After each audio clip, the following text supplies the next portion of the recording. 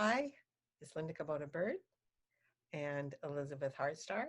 Together, we're the Astrology Star Sisters. And you may notice that I am in a different background because I'm trying something out. This is the Kubota Garden up in Seattle, started by my grandfather. So, anyway, we thought we'd talk about September. And Virgo. And I think that seeing your gardens for Virgo, because it's an earth sign and it's a mutable earth sign, so it's a sign that wants to make everything flow and work so well. And look at the gardens, and what an expression of the virgin earth goddess that Virgo is. Yeah. So we thought we'd just pretty much go over the basics, is because this is an action-packed month. And then Elizabeth's we're gonna talk about the new moon and what's gonna be happening on the 17th. So first, we wanna mention, if you've been feeling a little like unsettled, Mars is going retrograde on 2 days from today, on the 9th. So that's gonna be a big deal. Mars will be retrograde until November 13th. So it's, again, retrograde's always going back, looking back at things that we get a second chance at. So, and it's Mars, the masculine, and our will. So we'll be experiencing that. At the same time, Jupiter is going direct on the 17th. So we have Mars going backward, and then, on the 12th. So a few days later, Jupiter goes direct. So that'll be, again, the shift in energy. So this whole week is going to be kind of an intense week. I know that I was meditating and just felt this, I didn't know where it was coming from, almost like this anger. I'm not used to being very angry, and I didn't have anything really to be angry about. But all of a sudden, I was feeling it because I was meditating, and I was like, "What is this?" And I was like, "Oh, I think maybe I'm feeling this Mars starting to change direction," and I wasn't comfortable with that. And right away, I just used the violet flame, and I felt like I just transmuted all this. I didn't know what it was. And I think that that's what's coming up with the Mars retrograde, why I didn't want to travel. I had planned to go somewhere. Of course, we can't travel much these days anyways, but I just felt like, wow, with this Mars retrograde, staying home and working with transmuting, right? Transmuting the Mars energy, because Eris is there, the angry goddess that's going to disrupt, is right, isn't right with Mars. Mm-hmm. And so it's Mars's sister. The two of them together can wreak havoc.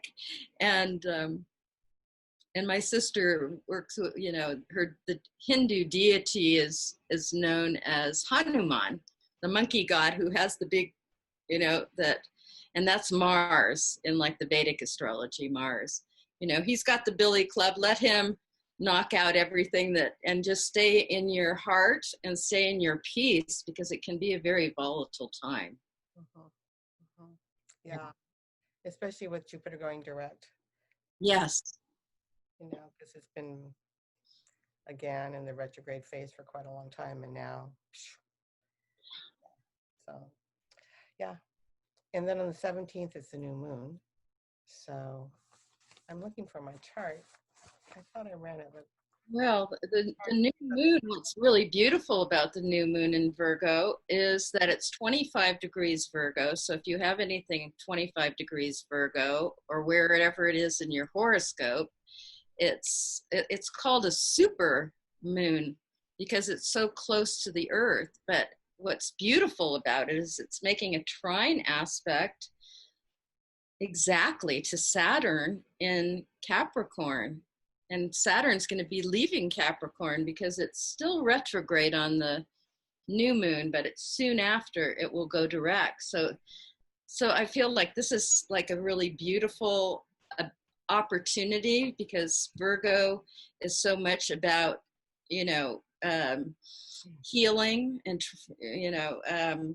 serving, being of service and taking care of. And it's okay, how are we going to serve this Saturn Pluto conjunction that started at the beginning of the year and make things work so that we can, live our life, because we're not, what a strange time. So it feels like with Jupiter already being direct and Saturn at the last of the retrograde, that it's a new moon where we can really heal things. That's, I think, Virgo more than anything wants to make things sacred and purify and make things work. And it's the intestines in the body, right? It's the, how are we going to digest everything and make it work for the greater whole? Mm-hmm. And maybe because it's Virgo, maybe we're doing the final, well, I think that might be a little hopeful thinking, but putting more details in place. Yes. Just being more discerning, Yes. getting more refined. Yes. This whole transformation thing. Yeah. Yeah. So, yeah. So then on the 22nd, then the sun does go into Libra. So we are in the heart of Virgo time. So, yeah. And Mercury will be in Libra, or is in Libra, for the new moon. And I think, like, preparing us, okay, where do you find balance? And Venus rules Libra, the scales. It's like the heart is where you find balance, and with all this information and conspiracy theories, which Virgo's traditional ruler is Mercury. I tend to feel Chiron expresses Virgo more because it's the wounded transformational healer who brings us the keys to heal our deepest wounds. But Mercury is still traditionally, Virgo is Mercury ruled. So it's always about analyzing and discerning and seeing both sides of things and to bring things into wholeness. And so having the Mercury in Libra, I think, is preparing us for this balance time. But I'm looking at the new moon, and it makes the beautiful trine to Saturn and Pluto, but it inconjuncts Mars and Eris, exactly. So there's that tension again, but the ability, because the inconjunct is an aspect that you can feel it, but sometimes you can't see what it is. I see it as like a frustrating, like realigning, asking us to realign or to heal something so that the energies flow. How do you see that? The inconjunct or the inconjuncts are challenging because they have nothing in common. Yeah. They don't have the same element or the quality or modality. So in some ways, symbolically, it feels like it would be for us to be able to somehow find harmony in differences. Yes. In a sense. Yeah. So I can't find my chart, but is Neptune playing a part in this? Because it feels like Neptune's been. Yes. Well, Neptune is at 19. Where is that? Yeah, 19 degrees and is retrograde still. And so it's actually supporting Jupiter. It's, that Neptune Jupiter sextile that's going on for a lot of this year, which is that spiritual support, isn't it? Like, I think of the two planets in our solar system that have to do with our beliefs and our spiritual journey and our philosophy, and is Jupiter and Neptune. So I think that's such a beautiful sextile, and the sextile being, supporting and opportunities, that it's like our higher selves and our galactic helpers, or whatever you want to call it. We have spiritual support in Yeah, this. this is a big part, I think, in this chaotic sense of things right now, because we're getting fed so much information that's not true. Yes. And so the Neptune piece can, on the lower vibration, can be confusion and Yeah. um, that kind of Yeah. illusion and illusion and all those kinds of things. On the higher vibration, when we put some effort into it and we use these energies between Jupiter and Neptune and Yeah. connect in with our higher selves, you might say. Yeah. So it's actually makes a lot of aspects. Neptune is also opposite the new moon, by 5 degrees. That's pretty strong. Yeah. 5 degrees. So it's like looking at what's real and what's not real. I know, what I've been getting all week. My life lesson is to be non-judgmental. That's what I'm getting, because the Virgo can, and I have planets in Virgo, can pull everything apart. And I'm like, the Pisces part is, I'm not going to judge, because I'm very surprised at what people believe that I don't, and it's shocking. I think a lot of us are finding that, and so to be honest and truthful with myself, and if somebody asks what my opinion is, but not to try to put my will or beliefs on someone else, but also to share in a compassionate way. So I've just been, I think I'm putting that being non-judgmental to myself or others is my life lesson for this month. Yeah, me too. I wrote this piece and sent it off to the committee, and they said it was political. And I thought, I didn't get where it was political at all. Because I said, in the midst of all this chaos, then there are good things that are happening too. And I mentioned the Supreme Court ruling on protecting people of all sexual orientation, and that it was hopeful that so many people of many different colors are coming together to support Black Lives Matter. And to me, Yeah, that was not political to say that that's good news, but to this person it was. I was shocked because like you said, it took me out of my, oh my God. And then I felt so sad in my heart that there are people who don't think that's good. I mean, it was just, Yes, I know. Well, and we both come from ancestors that have been persecuted, the Japanese in our own country, right? And mine, from the Jewish heritage, I mean, when the babies were being taken away from their mothers, whenever that was, not too long ago, I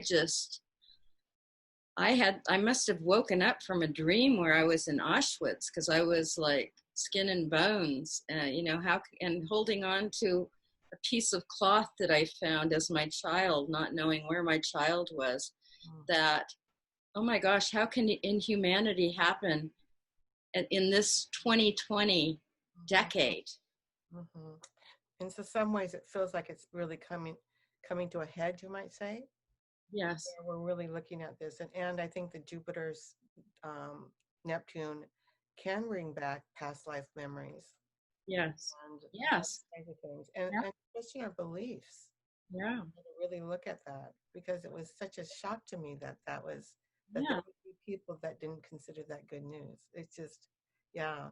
So it's kind of, we're really re-looking at the whole. I know it's never been like this. It's like you have to watch every word. I think maybe that's why the masks, it's like, it's to remind us to think before you speak. And wow, I know, I guess, is this the North Node in Gemini? I think that it's just, and the South Node is like, what's your highest truth, Sagittarius? What do you believe? What's wise? What's natural law? What is humanitarian? Aren't we all humanitarians? That we care about all peoples, all colors, all nations. Aren't we at that place on our planet? I hope so. but wow, it's been mind-blowing, right? Yeah, and I think that is the shadow, and I think that is where this whole polarity and these squares and all this really challenging year. I think it's just bringing all of these things up Yes. for us to Yeah. be And that Neptune in Pisces, right? To because it's natural sign that we really can connect with something beyond Mhm, where we all merge as one. Isn't that like, yes? mhm. And yeah, the Earth is in an interesting um, cycle right now, but of course, this whole decade of I think is going to be um, well. It started out with a bang, right? and, Yeah, and yeah. we'll see how, in the United States, the Pluto return of the United States, the first time ever, will be in 2022, and you always feel it a couple years before, and so we're just like, okay, well, where are we gonna, it was founded on we the people and freedom and equality, and I hope and pray that and being signed when the star Sirius, the brightest star in the sky, was aligned to the sun on July 4th, and how the eclipse happened this July 4th. Yeah, it's I think it's in all nations, but especially, of course, we see it being played out in the United States Mhm. Yeah. with And maybe this Jupiter return, now that you're saying that, it, yes. it, it dawned on me that this Jupiter return is saying, remember what you were founded on. Pluto return or So far off of that. Jupiter return or Oh, Pluto? sorry, Pluto return, yeah. Pluto return. And for people that don't know, Pluto takes 200, is it 54 years, 48 years, like 48, 248, it's yeah. 148 years Mm. before Pluto goes back to where it was. And that's why we're saying the Pluto return in 1776, the July 4th for the United States. Pluto was at 24 degrees, is it Capricorn? And right now, no. Yeah, we're at 22 degrees right now. We're exactly where we were in January. Yeah, because it's retrograded back. Yeah. And so Pluto, leaves nothing, it destroys everything that does not support evolution.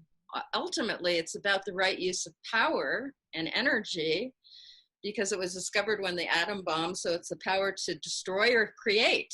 We have this ability to, and what are we going to do? And so for the United States to have this return, it's like, okay, it's been 248 years now. Have we evolved, and what's going to work for all the people, we the people? Mhm. Yeah, it's very powerful. So I think that's why all of these things are coming up this year and next, to kind of show, well, you said you were going to do this, but you're not. So Yeah. yeah. And so on the 27th, Mercury moves into Scorpio. So that's Mm. going to be Oh, wow. intense. Yeah.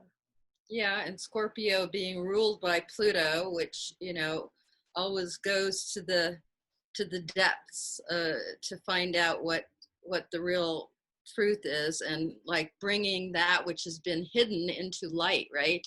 Right. To, So I think there would be a lot of things that we're going to find out with this month or within the next few months that were hidden.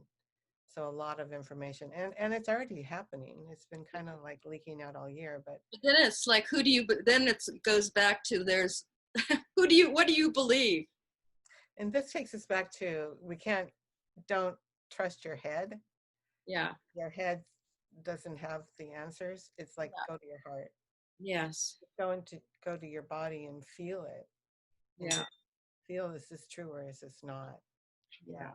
So it's Yeah. an interesting time. And at the new moon, Pallas Athene is still in Capricorn, and she's the goddess who is the wise woman, that's the strategist and the advocate, that's going to is unafraid to speak out. So I think it's, with Jupiter, it's like people's voices need to be heard. And that's where it comes back to like, I, not, I think not judging, but what's going to work for the greater whole. right, and I think this is the last gasp of the patriarchy. As it's like they're just kind of holding on by their fingertips to Yeah. old ways, and as things are transforming and changing. So then on the 28th, Saturn goes direct. Yeah, and then Mercury, on the new moon, is in conjunct to the Neptune in Pisces. Very close, just 2 degrees. So again, how are we going to see things? Neptune, what's the illusion? What's the truth? Libra, Mercury, like let's weigh. And again, it always comes back to listening to your heart and what feels good. And I believe that humans want the best for everyone. At our core, yes. Yeah. It's the beliefs that have been built up, and that's why we're being asked to. Yeah, so that in conjunct, which is like, okay,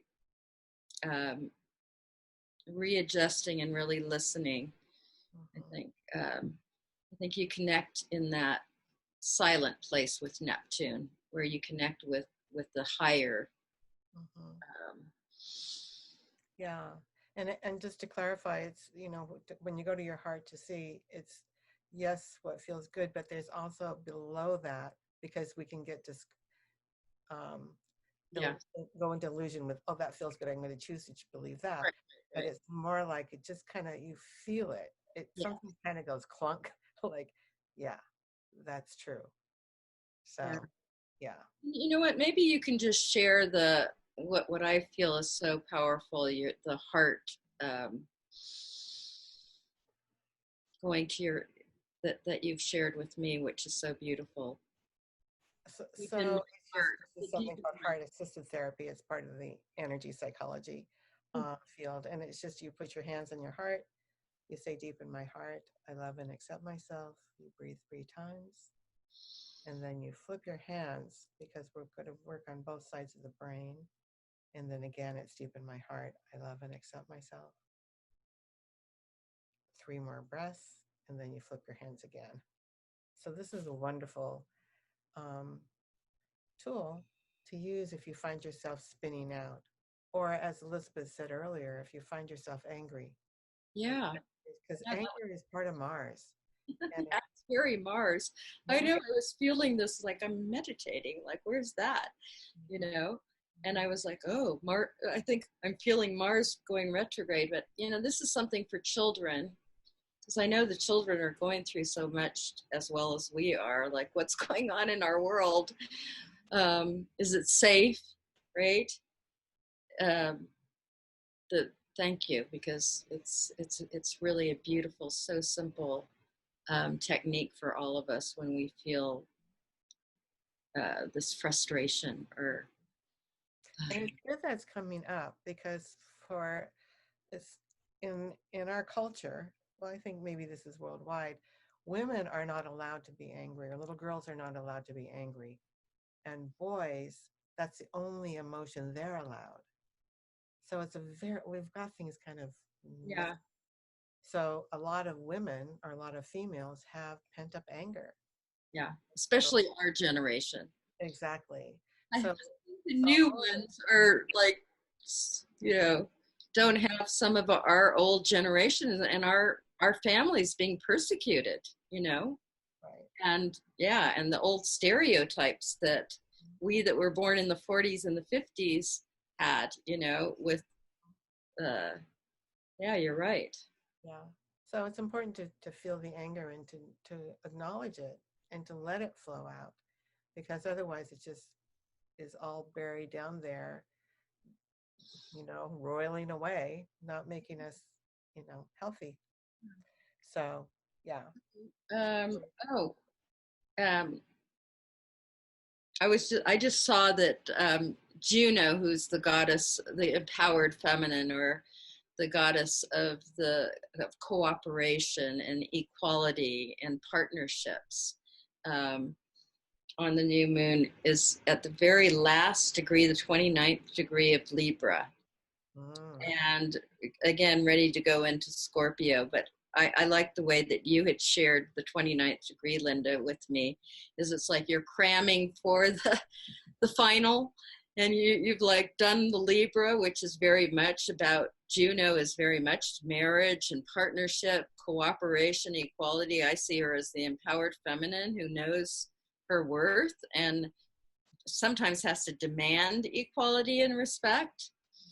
And so she's like ready to go into Scorpio, which is the right use of power. And I think she's all about right relationship. So yeah, she's finishing up the Libra balance, and now she's going to come into some powerful place when Mercury goes in too.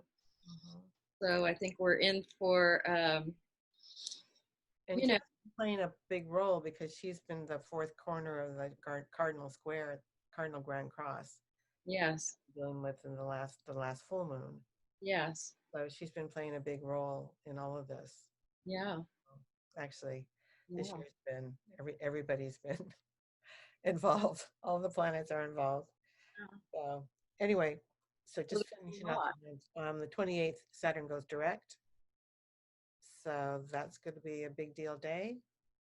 So this is the last of Saturn. Saturn went into Aquarius at the beginning of the year, and then it retrograded back into Capricorn. And this is the last time that it's going to be so close to Pluto. Yeah, March 21st, it went into Aquarius for a little while. Then on July 1st, I think it moved back into Capricorn. Yeah. So it's was going backward. Now it's coming forward again. And then it's going to go straight in. In December, it'll go back into Aquarius for good. So, yeah. So it's kind of like cleanup time again. Yeah. Saturn to get done what it came to do. And then on the 29th, we'll have the Mars square Saturn, the first of the returns of the squares. So it's an it'll be exact then, because it's Mars is retrograde too, so it's going to retrograde. It's only 2 degrees, so it's there now, but it'll be exact on the 29th. On the 29th. So yeah, so I think it's a good time to use the heart. Yes, you can. It could bring up a lot of issues, right? Saturn, what's holding us back? What's disciplining us? And Mars and Aries doesn't want anybody to stop it, right? And Saturn's like, wait a minute, it's not quite time. And Mars is chomping on the bit, right? And that's Mars doesn't like to be retrograde because he's like, let's go forward. And then to be retrograde to start with, he's not happy. And then square Saturn, it's like he got grounded in a way, and now it's like he got grounded to your room. It's like, okay, go back, young man, and think about this or whatever. Yeah. So it's quite a month. You may not feel that way. Yeah, I know what a month September is. And so Linda and I are available if we can help with our astrological knowledge and insights. We'd love to do that for you. And